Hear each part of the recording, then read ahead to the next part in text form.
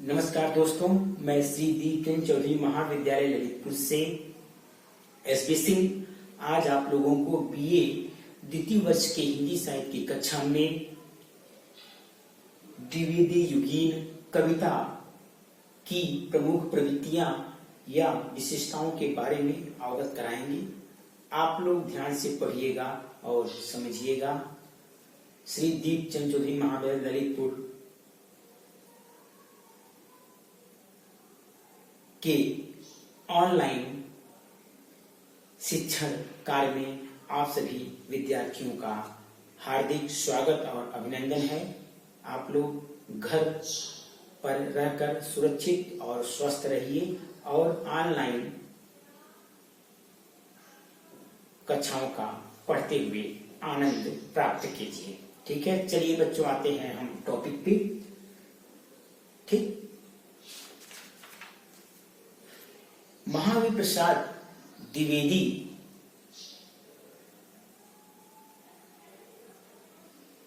के नाम पर द्विवेदी युग का नामकरण किया गया।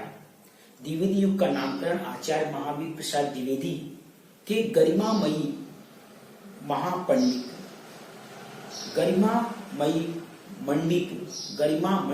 गरिमामय मंडित व्यक्तित्व को केंद्र में रखकर द्विवेदी युग का नामकरण किया गया।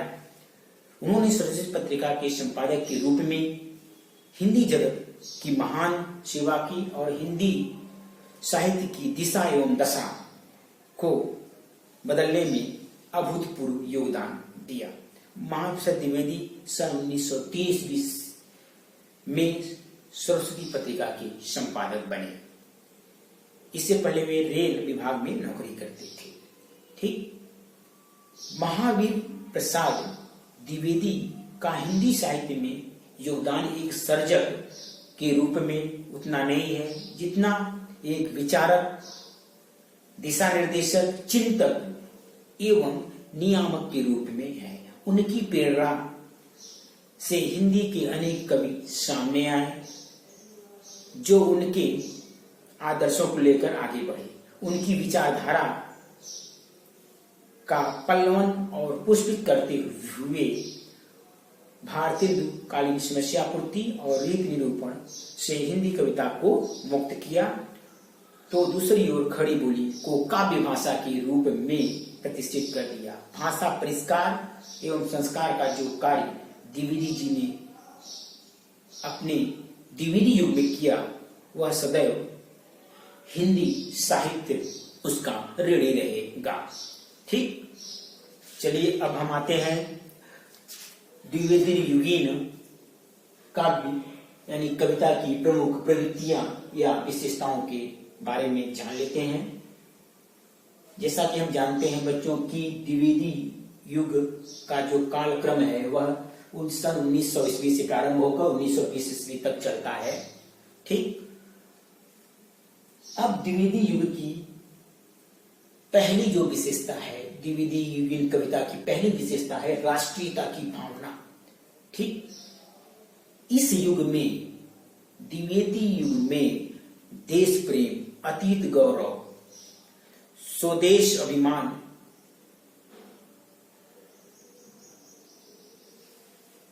की विचारधारा को लेकर द्विवेदी युगीन कवियों ने अपनी काव्य रचनाओं में वर्णन किया है या दिखाया है।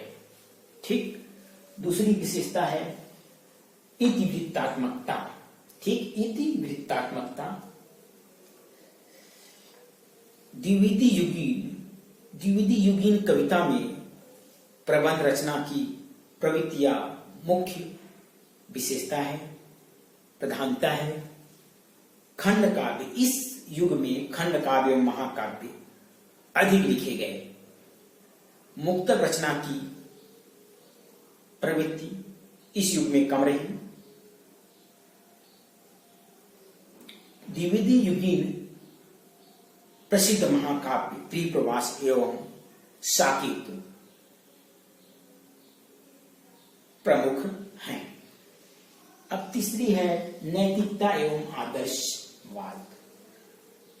द्विवेदी युगीन कविता में श्रृंगार भावना का विरोध हुआ, नैतिक मूल्यों पर बल दिया गया। जो द्विवेदी युगीन कविता थी उसमें श्रृंगार का विरोध करके नैतिक मूल्यों का समावेश दिया गया, नैतिक मूल्यों पर बल दिया गया कवियों द्वारा। द्विवेदी युगी कविता आदर्शवाद से प्रभावित थी। ठीक, अगली जो विशेषता है प्रतीति चित्रण।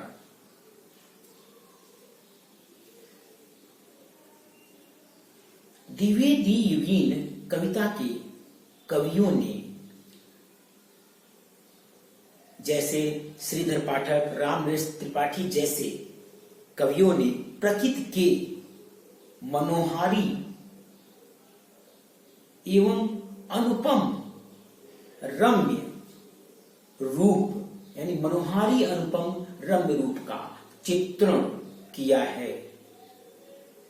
ठीक, इन कवियों ने अपनी रचनाओं में प्रकृति का मनोरम चित्रण, मनोरम दृश्य का वर्णन किया है। ठीक, अगली जो विशेषता है सामाजिक समस्याओं का चित्रण। द्विवेदी युगीन कविता में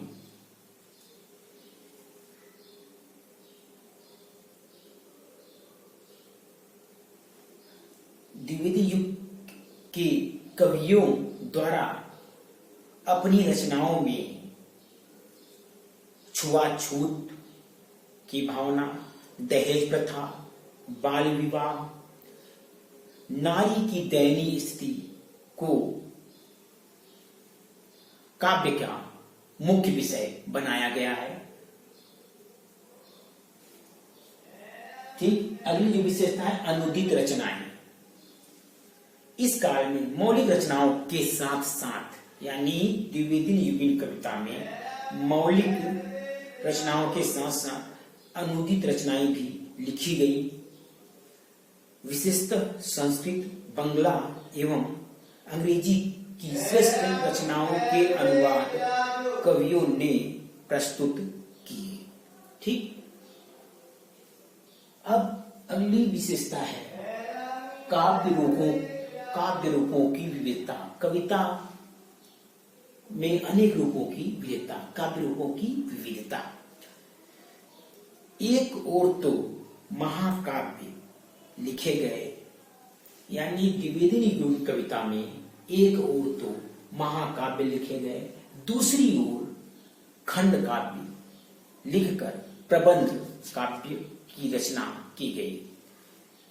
ठीक, प्रबंध प्रवृत्ति का परिचय प्रबंध काव्य की प्रधानता इस कविता की प्रमुख प्रवृत्तियों के रूप में उभर कर सामने आता है। प्रगीत मुक्तकों का प्रारंभ भी इस काल में हो गया था। अब अगली विशेषता है काव्य भाषा के रूप में खड़ी बोली का प्रयोग। ठीक, द्विवेदी युगीन कविता में खड़ी बोली हिंदी का प्रयोग ब्रज भाषा के स्थान पर काव्य भाषा के रूप में किया गया, अर्थात ब्रज भाषा को छोड़कर इस काल के कवियों ने अपनी रचनाओं में खड़ी बोली भाषा, खड़ के प्रयोग की प्रधानता दी, अर्थात खड़ी बोली की प्रधानता इस काल के कवियों की रचनाओं में मुख्य रूप से थी। ठीक, अब अगली जो विशेषता है छंदों की विविधता। द्विवेदी युगीन कविता या काव्य में प्राचीन छंदों जैसे दोहा, चौपाई, रोला, सवैया, कुंडलियां, के साथ साथ संस्कृत वर्णवृत्तों जैसे हरगीतिका, इंद्रवज्रा, उपेंद्र वज्रा, शार्दूल, विक्रीडित, तांडक, हरगीतिका आदि छंदों का प्रयोग भरपूर मात्रा में किया गया है।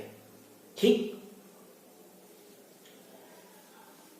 अब अगली जो विशेषता है द्विवेदी निगुण कविता की, द्विवेदी निगुण काव्य की, वह है द्विवेदी युग का महत्व।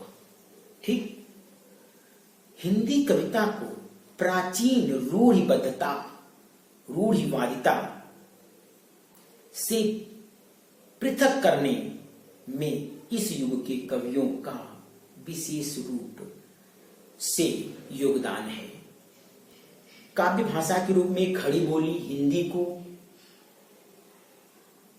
प्रतिष्ठित करने का कार्य इस काल के कवियों ने किया तथा गद्य के क्षेत्र में भाषा का परिष्कार कर उसे व्याकरण सम्मत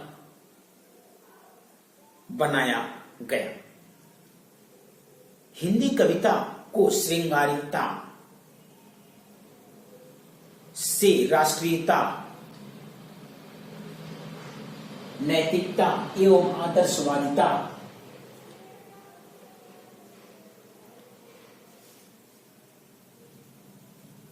और जड़ता से प्रगति और रूढ़िवादिता से स्वच्छंदता की ओर ले जाने में इन कवियों का महत्वपूर्ण योगदान रहा है। द्विवेदी युग की महानतम उपलब्धि है मैथिली से गुप्तकृत साकेत महाकाव्य, महाकाव्य और अयोध्या सिंह उपाध्याय हरिहौद कृत प्रिय प्रवास महाकाव्य, जिसे सभी विद्वानों ने आधुनिक हिंदी खड़ी बोली का प्रथम महाकाव्य माना है। ठीक, ब्रजभाषा के सुकवि बाबू जगन्नाथ दास रत्नाकर का उद्धव शतक भी इस युग की एक महत्वपूर्ण काव्य कृति, कविता कृति के रूप में मानी जाती है। ठीक, समझ में आ गया बच्चों? ठीक, तो निष्कर्ष रूप में हम कह सकते हैं कि द्विवेदी युग में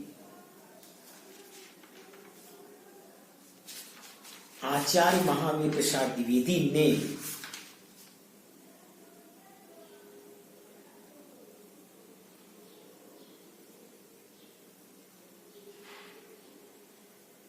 भाषा के संस्कार, परिष्कार एवं संवर्धन करने का कार्य किया, जो हिंदी साहित्य में एक महानतम उपलब्धि रही है। ठीक, आज के लिए इतना ही बच्चों। उम्मीद करता हूं कि आज मैंने जो आपको द्विवेदी निगुण काव्य या कविता की प्रमुख प्रवृत्तियां या विशेषताओं के बारे में जानकारी प्रदान की, वह आप लोगों को अच्छी तरह समझ में आ गई होगी। ठीक है बच्चों, आज के लिए इतना ही। बहुत बहुत धन्यवाद।